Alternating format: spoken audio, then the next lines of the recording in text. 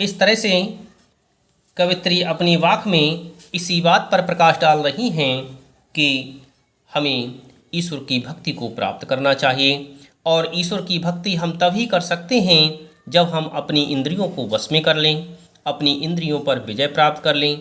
यदि हम अपनी इंद्रियों पर विजय प्राप्त कर लेंगे तभी हम ईश्वर को सच्चे मन से याद कर सकेंगे, क्योंकि यदि हम इंद्रियों का उपभोग करते रहेंगे तो इस संसार में हमें कुछ भी प्राप्त नहीं होगा और हमारे अंदर अहंकार उत्पन्न हो जाएगा। इस तरह से तीसरे वाक्य में कवित्री कह रही हैं, आई सीधी राह से गई न सीधी राह, सुषुम सेतु पर खड़ी थी बीत गया दिन आह, जेव टटोली कौड़ी न पाई, माझी को दूं क्या उतराई। इस तरह से कवित्री कहती हैं कि माझी के लिए मैं क्या उतराई दूं, क्योंकि मेरे पास कुछ भी नहीं है। मैंने जब विचार किया तो मैं यह विचार पाई कि मैंने जो कुछ भी प्राप्त किया है वो मेरा कुछ भी नहीं है। मैंने इस संसार में कुछ भी ऐसा नहीं प्राप्त किया जिससे मैं ईश्वर को इस भवसागर से उतरवाई का कुछ दे सकूं। कवित्री कहती हैं कि हठ योग की साधना का उल्लेख करते हुए वे कह रही हैं कि योग के अनुसार शरीर में 3 प्रसिद्ध नाड़ियाँ होती हैं, इड़ा, पिंगला और सुषुम्ना। साधक पुरुष इन तीनों पर योग से नियंत्रण करता है। जब व्यक्ति योग करता है तभी इन पर नियंत्रण कर पाता है।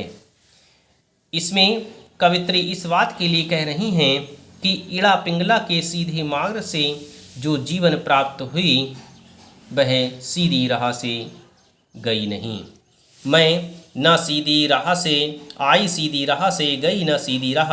मैं इस संसार में आई तो सीधी राह से अर्थात ईश्वर की भक्ति करने के लिए आई, परंतु मैं ईश्वर की भक्ति नहीं कर सकी, सीधी राह से नहीं जा सकी।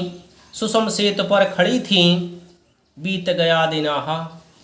इस तरह से कहती हैं कि मैं बीच में पिंगला के पुल पर बैठी ही सब देख रही थी। इस साधना में ही 3 दिन व्यतीत हो गए, अर्थात मेरा समस्त समय इसी साधना में व्यतीत हो गया।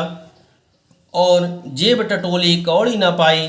जब मैंने अपनी जेब टटोली, जब मैंने देखा कि मेरे पास अब फूटी कौड़ी भी नहीं है, मैं उस गुरु को उतराई में क्या दे सकूं। अर्थात जब मैंने अपने मन में विचार किया कि मैंने क्या कमाया, तो मुझे अंत में यही प्राप्त हुआ कि मैंने कुछ भी नहीं कमाया, मेरे पास कोई भी कौड़ी नहीं है। माझी को क्या दूं उतराई, तो मैं उस माझी के लिए, उस गुरु के लिए, उतराई के लिए मैं क्या दूं जिसने मुझे मार्ग दिखाया था, जिसने मुझे भक्ति का मार्ग दिखाया। ऐसे गुरु के लिए गुरु दक्षिणा में मैं क्या दूं, क्योंकि मैंने इस संसार में कुछ भी प्राप्त नहीं किया, कुछ भी नहीं कमाया।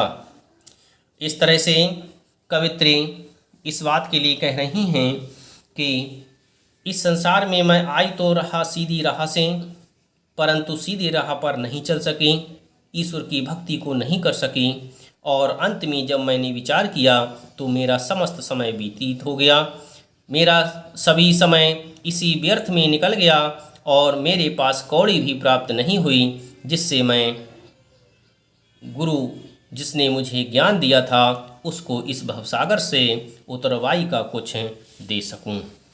इस तरह से कवित्री ने यहाँ पर इसी बात पर प्रकाश डाला है कि हमें ईश्वर की भक्ति को सच्चे मन से करना चाहिए, क्योंकि ईश्वर की भक्ति के अतिरिक्त हमारे पास कुछ भी शेष नहीं रहेगा। और यदि हम ईश्वर की भक्ति नहीं करेंगे तो हम इस भवसागर से पार नहीं हो सकते।